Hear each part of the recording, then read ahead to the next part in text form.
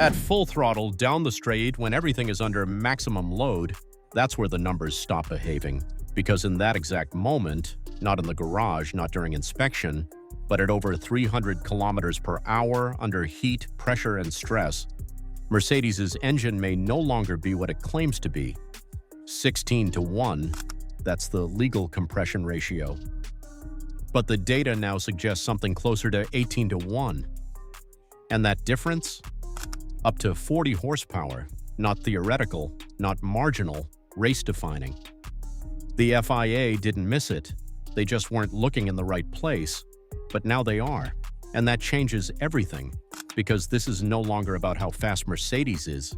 It's about whether those wins were ever legal in the first place. It didn't start with a protest. It didn't begin with a formal complaint. It began with something far more dangerous. Consistency. 3 races, 3 wins, and not just wins, but control. Mercedes weren't reacting to the race, they were dictating it.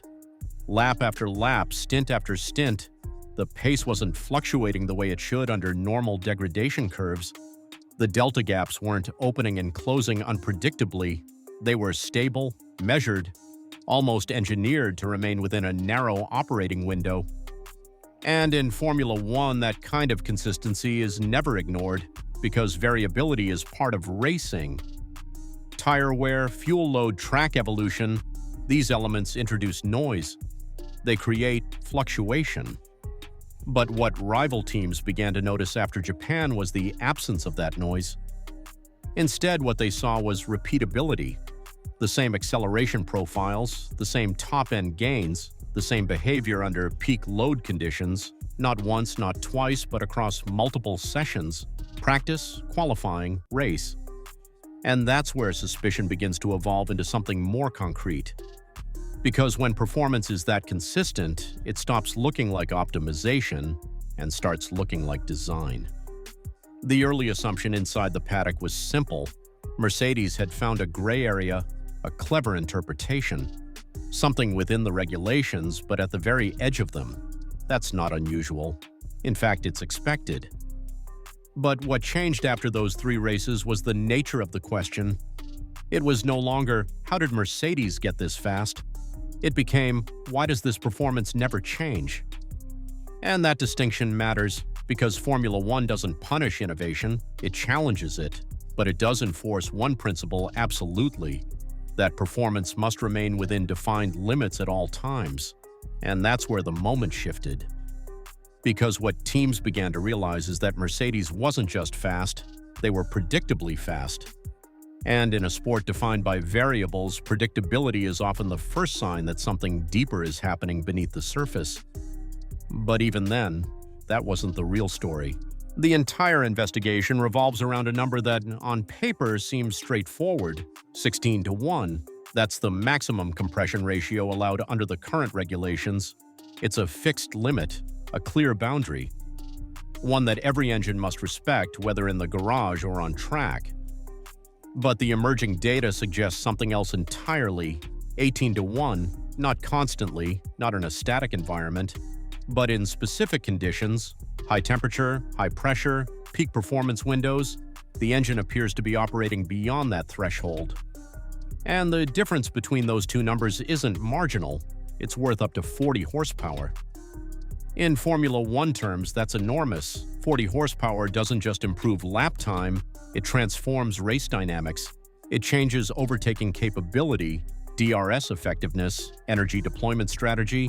It allows a driver to defend when they shouldn't be able to, attack when the gap says they shouldn't. And that's exactly what rival teams began to map. Because the telemetry didn't just show speed, it showed timing. The gains weren't random, they appeared in critical moments, corner exits, end of straight acceleration, phases where engine load peaks and mechanical stress is highest. That's where the numbers deviated. And this is where the argument from rival teams becomes more precise. They're not claiming the engine fails inspection, they're claiming the inspection itself doesn't capture reality. Because during official checks, the engine operates under controlled conditions, stable temperatures, predictable loads, ideal scenarios. But a race isn't controlled, it's dynamic. And in that dynamic environment, the engine behaves differently. That's the core of the accusation. Not that Mercedes built an illegal engine, but that they built one that becomes illegal when it matters most. And if that interpretation holds, then the regulations aren't just being pushed, they're being bypassed. But numbers alone don't define guilt. They only point toward a deeper question. At the heart of this situation is a philosophical divide in how Formula One teams approach regulations. Most teams design for compliance. Mercedes appears to have designed for behavior, and that difference is subtle, but critical. A compliance-based approach focuses on passing every test, every measurement, every verification procedure defined by the FIA. It ensures that under inspection, the car meets all required parameters. But a behavior-based approach looks beyond that. It asks a different question. What does the system do when it's no longer being measured? Because the reality of Formula One is that no test environment can perfectly replicate race conditions. Temperatures fluctuate, pressures spike, materials expand, and in those moments the engine is no longer operating within a static framework, it becomes dynamic. And if you understand that dynamic behavior well enough, you can design around it. That's what rival teams believe Mercedes has done. They haven't broken the rules in the garage. They've optimized what happens outside of it, because when an engine moves from controlled inspection to real-world operation, the variables change. Combustion characteristics shift, internal pressures evolve. And under those exact conditions, the compression ratio may no longer remain fixed. It becomes fluid, and that's where 16 can become 18. Not as a setting, but as a consequence. And that distinction is what makes this situation so difficult to regulate. Because regulations are written for static definitions, but performance exists in dynamic reality. And if a team can exploit that gap, legally or otherwise, they gain an advantage that's almost impossible to detect through traditional methods. Which brings the FIA into a completely different kind of challenge.